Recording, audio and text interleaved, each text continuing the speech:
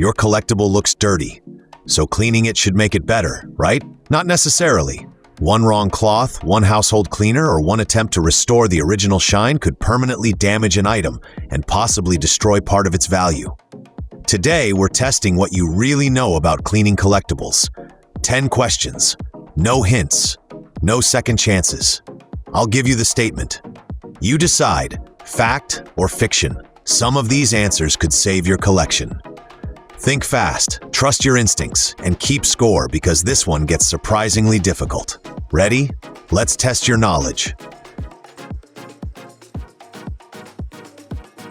Question 1. Here's your first statement. Cleaning an old collectible will usually increase its value because buyers prefer items that look new.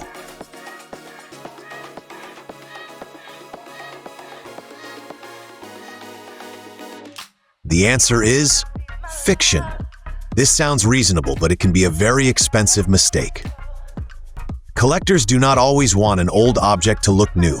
Aggressive cleaning can remove original finishes, printing, paint, toning, patina, manufacturing marks, or other evidence of an item's age and history.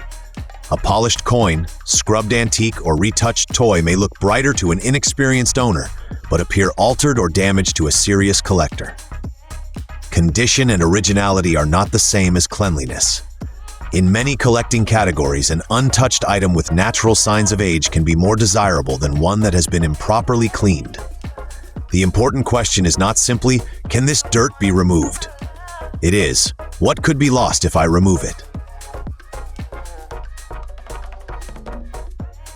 Question 2. Next statement.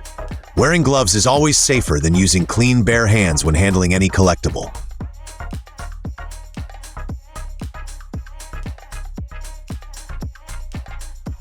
The answer is fiction. Gloves can be extremely useful, but they are not automatically the safest choice for every object. Nitrile gloves can protect metals, photographs, polished surfaces, and other sensitive materials from fingerprints, skin oils, acids, and contaminants. But bulky or poorly fitting gloves can reduce your sense of touch. That can make it easier to drop a fragile object, catch a loose component, bend paper, or tear a delicate page. Cotton gloves can also snag on damaged edges and may not provide the grip needed for smooth objects.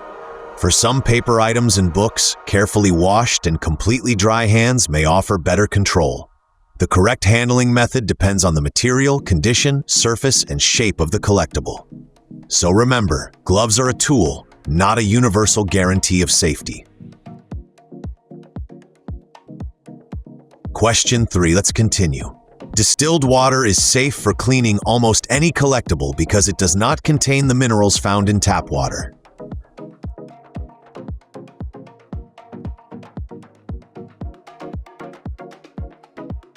The answer is fiction. Distilled water may contain fewer dissolved minerals, but it is still water, and water can cause serious damage. It can make inks bleed, cause paper to warp, swell wood, loosen adhesives, stain porous materials, lift paint, damage finishes, or enter small spaces where it becomes trapped. Moisture hidden inside a figure, toy, clock, tool, or hollow metal object can also encourage corrosion or biological growth. Some collectibles are made from several different materials. A method that is safe for the glass may damage the label. A method that cleans the plastic may weaken the paint. And a liquid that appears harmless on one area could react very differently with another. Distilled does not mean universally safe. Before introducing moisture, you need to understand every material and every vulnerable component in the object. Question 4. Pay attention to this one. Patina and tarnish should always be removed because they are signs that a metal collectible is deteriorating.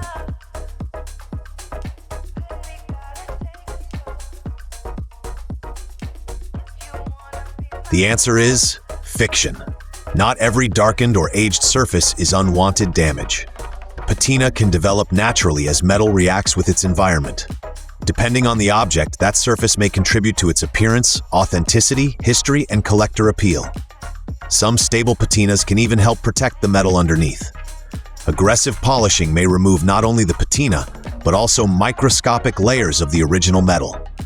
It can soften fine details, erase tool marks, create unnatural bright areas, and leave scratches that cannot be reversed. But there is an important distinction. Stable patina is not necessarily the same as active corrosion. Powdery, flaking, expanding, or rapidly changing corrosion may indicate an ongoing problem that requires attention. The challenge is knowing what you are looking at before trying to remove it. Age does not automatically mean damaged, and shiny does not automatically mean preserved. Question 5. We're halfway there. Compressed air is one of the safest ways to remove dust because it does not physically touch the collectible.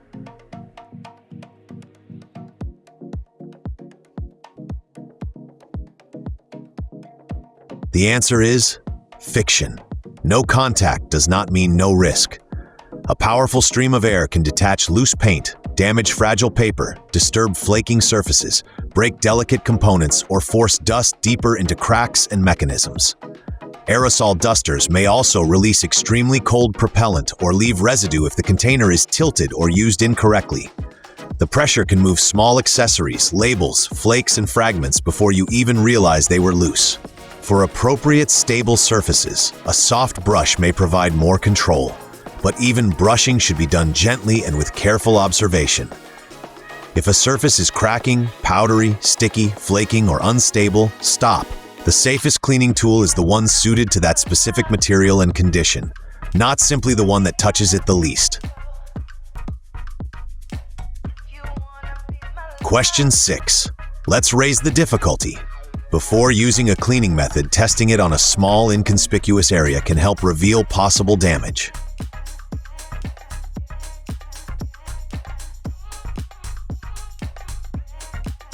The answer is fact. A careful spot test can reveal whether a surface is sensitive to the proposed cleaning method. It may show color transfer, fading, staining, gloss changes, softening, swelling, or damage to a finish. But a successful spot test is not permission to clean the entire object aggressively.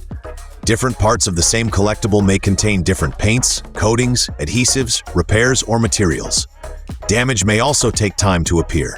A liquid might seem harmless at first, but later leave a stain, residue, tide line, or chemical reaction. Testing reduces uncertainty. It does not eliminate it. Start with the least invasive option, document what you are doing, and stop immediately if anything unexpected happens. When the item is rare, historically important, fragile, or valuable, experimentation is not worth the risk. Question 7. This one catches people off guard. If a household cleaner is gentle enough for furniture, dishes, or windows, it should be safe for collectibles when used in a small amount.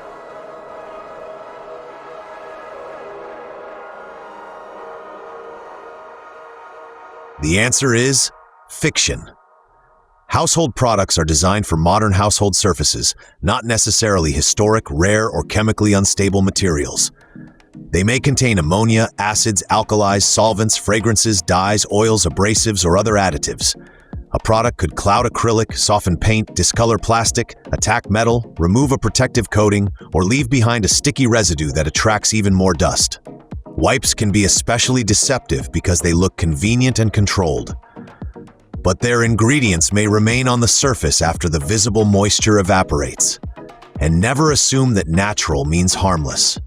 Vinegar, lemon juice, baking soda, toothpaste, and essential oils can all alter or abrade certain materials. Safe for your kitchen does not mean safe for your collection.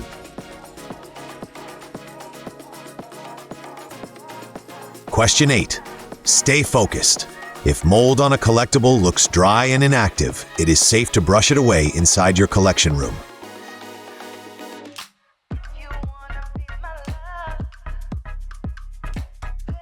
The answer is fiction. Dry-looking mold can still release spores and contaminated dust. Brushing it in your collection room may spread those particles to nearby books, boxes, fabrics, papers, furniture, and ventilation systems. Mold may also create a health risk, particularly for people with allergies, respiratory conditions, or weakened immune systems. If you discover suspected mold, isolate the affected item from the rest of the collection. Do not immediately seal a damp object inside ordinary plastic, because trapped moisture can make the problem worse. The moisture source must also be identified and corrected. A leaking pipe, damp wall, high humidity, flood exposure, or poor ventilation could place the entire collection at risk. Large outbreaks, valuable objects, and contaminated porous materials should be assessed by an appropriate conservation or remediation professional. The visible mold may be only part of the problem. Question 9. Almost there. Good storage can reduce how often a collectible needs to be cleaned.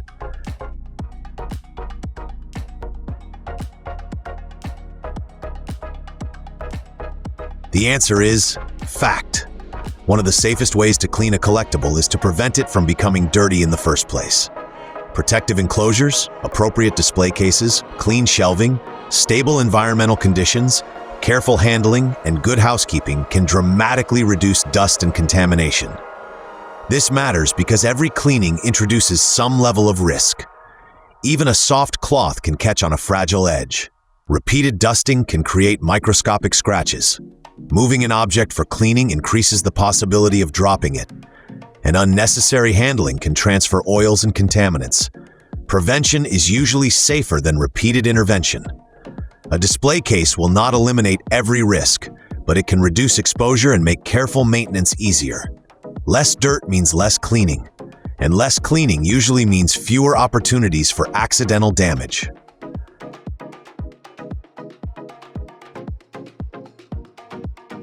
Question 10.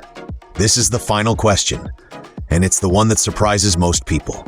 Sometimes the safest and most responsible way to clean a valuable collectible is not to clean it at all.